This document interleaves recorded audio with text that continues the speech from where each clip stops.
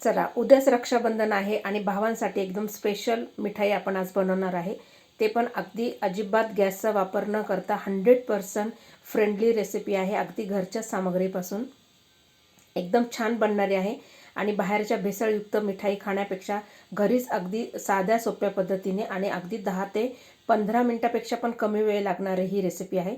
चला तर इथे रेसिपीला सुरुवात करूया.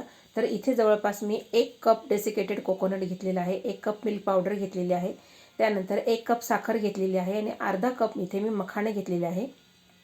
हे मखाणे मी आधीच गरम करून ठेवलेले होते आणि त्यानंतर आपल्याला इथे वेलचीचे दाणे टाकायचे आहे आणि हे सगळं अगदी व्यवस्थित मिक्सरला ग्राइंड करून घ्यायचं आहे, म्हणजे सगळं एकदम व्यवस्थित असं एकजीव होईल.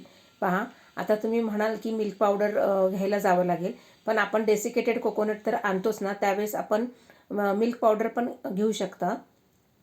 तुम्ही कोणत्याही ब्रँडची जर तुम्ही मिल्क पावडर वापरली तरीही चालणार आहे. अगदी छोट्या छोट्या सॅशेसमध्ये सुद्धा मिळतात आपल्याला हे. तर बघा, आता हे सगळं ग्राइंड झालेलं आहे. आता मी हे एका बाउलमध्ये सगळं व्यवस्थित काढून घेणार आहे, छान अगदी मिक्स करून घेणार आहे. तसंही ते छान मिक्स झालेलं आहे, छान अशी पावडर तयार झालेली आहे. आता यामध्ये मी रेड कलर टाकणार आहे. हा मी जेल कलर इथे वापरलेला आहे. तुमच्याकडे अगदी पावडर कलर असेल तरी चालणार आहे, किंवा तुम्हाला कलर नसेल टाकायचा तरी नाही टाकला तरी चालणार आहे. आणि आता आपल्याला हे छान व्यवस्थित असं मिक्स करायचं आहे आणि इथे आपल्याला दुधाचा वापर करायचा आहे. तर अगदी थोडं थोडं दूध टाकायचं आहे. सुरुवातीला मी 2 ते 3 चमचे टाकलेलं आहे. एकदम दूध टाकायचं नाही, नाहीतर मग हे सगळं अगदी लूज होणार आहे, पातळ होऊन जाईल. तुम्ही पाहू शकता. आणि इथे व्यवस्थित आपल्याला हा डो तयार करून घ्यायचा आहे. खूप घट्ट पण नाही आणि खूप पातळ पण नाही, जशी आपण पोळ्यांची कणिक भिजवतो बस त्याप्रमाणे. आता हे झालेलं आहे, तर हे बाजूला ठेवून आपण आतमध्ये जे स्टफिंग भरणार आहोत ना, ते करणार आहोत. तर बघा, आता इथे मी काही ड्रायफ्रूट्स टाकलेले आहे, जसे बदाम आहे, काजू आहे, त्याच्यानंतर मनुके घेतलेले आहे, पिस्ते घेतलेले आहे आणि इथे 2 चमचे मी इथे गुलकंद घेतलेलं आहे. याने खूप सुंदर टेस्ट येते आणि खूप छान लागते आपली ही मिठाई. तर हे सगळं आपल्याला व्यवस्थित मिक्स करायचं आहे आणि आपण जो आधी मिल्क पावडर आणि डेसिकेटेड कोकोनटचा जो डो तयार केलेला होता तो यामध्ये मी टाकून घेणार आहे आणि हे सगळं व्यवस्थित फिलिंग आपल्याला मस्त छान अगदी मिक्स करून घ्यायचं आहे. तर मला थोडा कमी वाटला म्हणून मी अजून यामध्ये टाकलेला आहे आणि हा छान अगदी मस्त गोळा तयार करून घेतलेला आहे.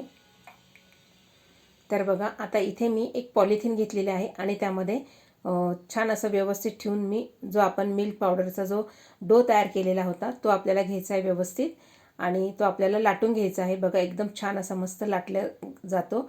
तर मी इथं स्क्वेअर शेपमध्ये लाटून घ्यायचा किंवा राऊंड शेपमध्ये लाटून घ्यायचा, तुम्हाला जसं पाहिजे असेल तसं लाटून घ्यायचं आहे. तर मी थोडासा राऊंड थोडासा स्क्वेअर शेप त्याला मी दिलेला आहे आणि एकसारखा लाटून घ्यायचा आहे. खूप जाड पण नाही आणि खूप पातळ पण नाही करायचा आहे, मीडियम. आणि आपण जे हे मधलं स्टफिंग तयार केलेलं आहे ना, त्याचा पण एक रोल तयार करून घ्यायचा आहे आपल्याला. तर मी आता इथे व्यवस्थित असा रोल तयार करून घेत आहे.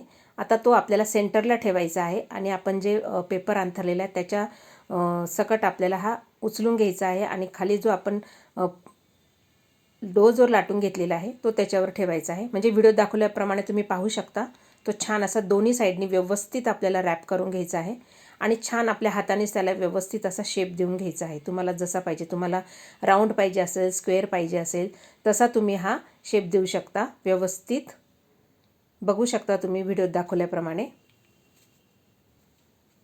एकदम टाईट आपल्याला हा रोल जो आहे तो फिरवून घ्यायचा आहे, एकदम छान. तर बघा, आता हा आपला रोल जो आहे तो तयार झालेला आहे. आता याला सेट करण्यासाठी तुम्ही फ्रीजरमध्ये पण ठेवू शकता, पण मी इथे फ्रीजमध्ये अर्धा तास ठेवलेला आहे आणि अर्धा तासानंतर आपल्याला हे काढायचं आहे. एकदम छान व्यवस्थित सेट झालेलं आहे, तुम्ही पाहू शकता.